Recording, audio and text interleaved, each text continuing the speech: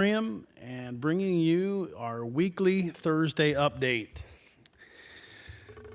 Today is New Year's Eve, and I know that a lot of the residents took advantage of what we were offering from the activities department to host their own little New Year's Eve parties at their home. It's certainly a departure from the past as to how we celebrate the New Year, but as we've learned in this challenging 2020, we adapt and overcome, and that's what we did.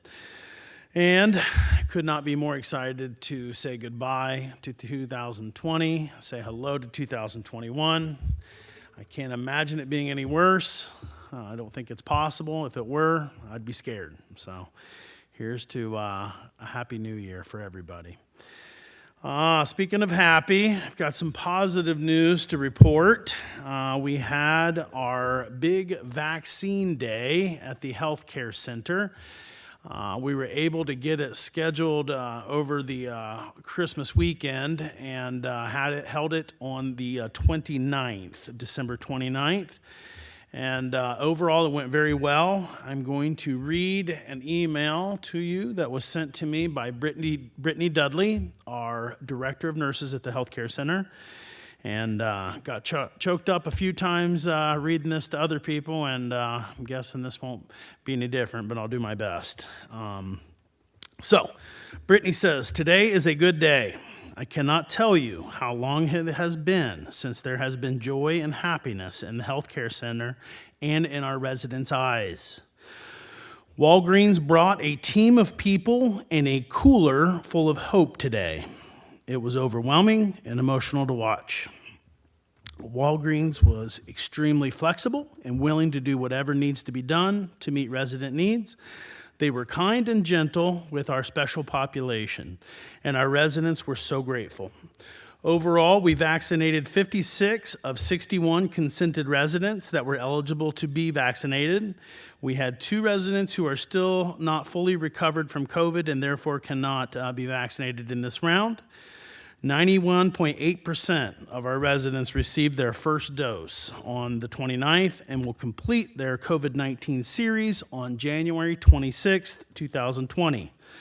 Such a bright day and the first step back into a slow coming normalcy. My focus was to get our residents vaccinated ASAP. After Walgreens could provide us with a date, Walgreens called Tuesday with the date, we took it. And it only gave the team 7 days to get ready over the Christmas holiday. They had a lot of information they had to coordinate. We managed to have 77 employees vaccinated, which we are thrilled about. And we have about 30 more consents that will get their first round once they come back for round 2. So that is... we're trying to encourage as many employees to get vaccinated as possible. As an employer, we cannot mandate it. But all in all, we are moving in the right direction, and that was a big first step. And a very emotional, charged day. The team couldn't be happier to start hopefully seeing light at the end of the tunnel. I know the big question for most of the people is, what about us? When are we getting scheduled? And the answer is we do not know. I will tell you what we do know, and that is we have learned 100% for sure that none in camp assisted living is in what we call 1A, round 1A, but they will be what we call part 2. So 1A, part 2. And we also know that residents living in independent living are officially in 1B. So you will follow assisted living. The good news is because we have a mixed campus, meaning some of our employees go into assisted living on a routine basis, we are able to get all employees who wish to be vaccinated in that round when we have it scheduled for assisted living. So the next big step is getting assisted living scheduled. We have made contact with our rep, which was a huge first step, actually talking to a person who says they know us, they see us. We are in the right line. That was really what we wanted to get confirmed. And all of ALs have not been scheduled yet. That is what they're currently working on. Is obviously they're focused on the healthcare centers, getting round one of the healthcare centers vaccinated, and we are hoping maybe within a week or two we will have a firm date for the assisted living. And at that point, like I said, we will also be able to get all of the staff who wish to be vaccinated in that round. And we will continue to work on getting the IL side scheduled as well. But again, we are in round 1B. There is no way I can give you a date. I can guess if that makes people feel better. And my guess would be sometime in February is when we would be able to get our independent living residents vaccinated. That is a guess, but that's my hope. That would make me happy. How is the clinic going to be run? We do not know. We know how they do it in the healthcare centers, and that is they go door to door. I do not know that that will be the case for independent living. Those are details that we're still waiting to find out more information on. So I know people are anxious. I'm getting tons of emails, tons of calls, and of course, when I see people walking around, that is the number one question. And we just do not have the answer. It's a process. We're going to follow the process. The good news is they see us. We're in there. They know we exist, and we're just waiting for them to basically call our name. So that's about as much as I can give you right now, and I hope next Thursday I will have more information to share. We had a situation where residents who are receiving outpatient therapy on our campus in the independent living setting, receiving Medicare B type therapy, we had a group that were exposed to a therapist who tested positive. This is the second time that has happened. It's unfortunate. There's not a whole lot you can do about it. Obviously, this is a pandemic, and we're doing everything. These therapists are being tested twice weekly as part of the health center mandated testing. I'm not sure that you could test any more than that. And if you did, I don't know that there would be any value. But nevertheless, it can happen. So really my message to folks is if you're getting outpatient therapy, if you're working with a therapist, there is a chance that you could get exposed. And so I think people need to make informed decisions. We're certainly not going to stop delivering that very important service. But I do think it's important for people to understand. I've had some people kind of be surprised or shocked. How could this happen? And I'm, I understand it's not something that people get excited about, but at the same time, how could it not happen? And so it's just an inherent risk. The one thing I will say is for you and your friends, if you are receiving those types of services, my suggestion to you is probably limit your circle, your social circle, keep it tight during that period of time, because as you are being exposed to somebody, by definition, providing those services, they're going to be less than 6 feet and certainly more than 15 minutes. If you're receiving those services, that therapist tests positive, now you've been exposed, everybody that you spend time with in your circle should also be notified, as they would have technically been exposed if they were less than 6 feet for more than 15 minutes. So one of the ways I suggest, if I was receiving those therapy services, I would probably keep my social circle very tight during that period of time so as to not unnecessarily expose your friends to the possibility of you being exposed to someone who has COVID positive. So I just wanted to put that message out there, make people aware of that. We have some housekeeping challenges over in the healthcare center. We have people that continue either to be test positive or have to be out because they were exposed.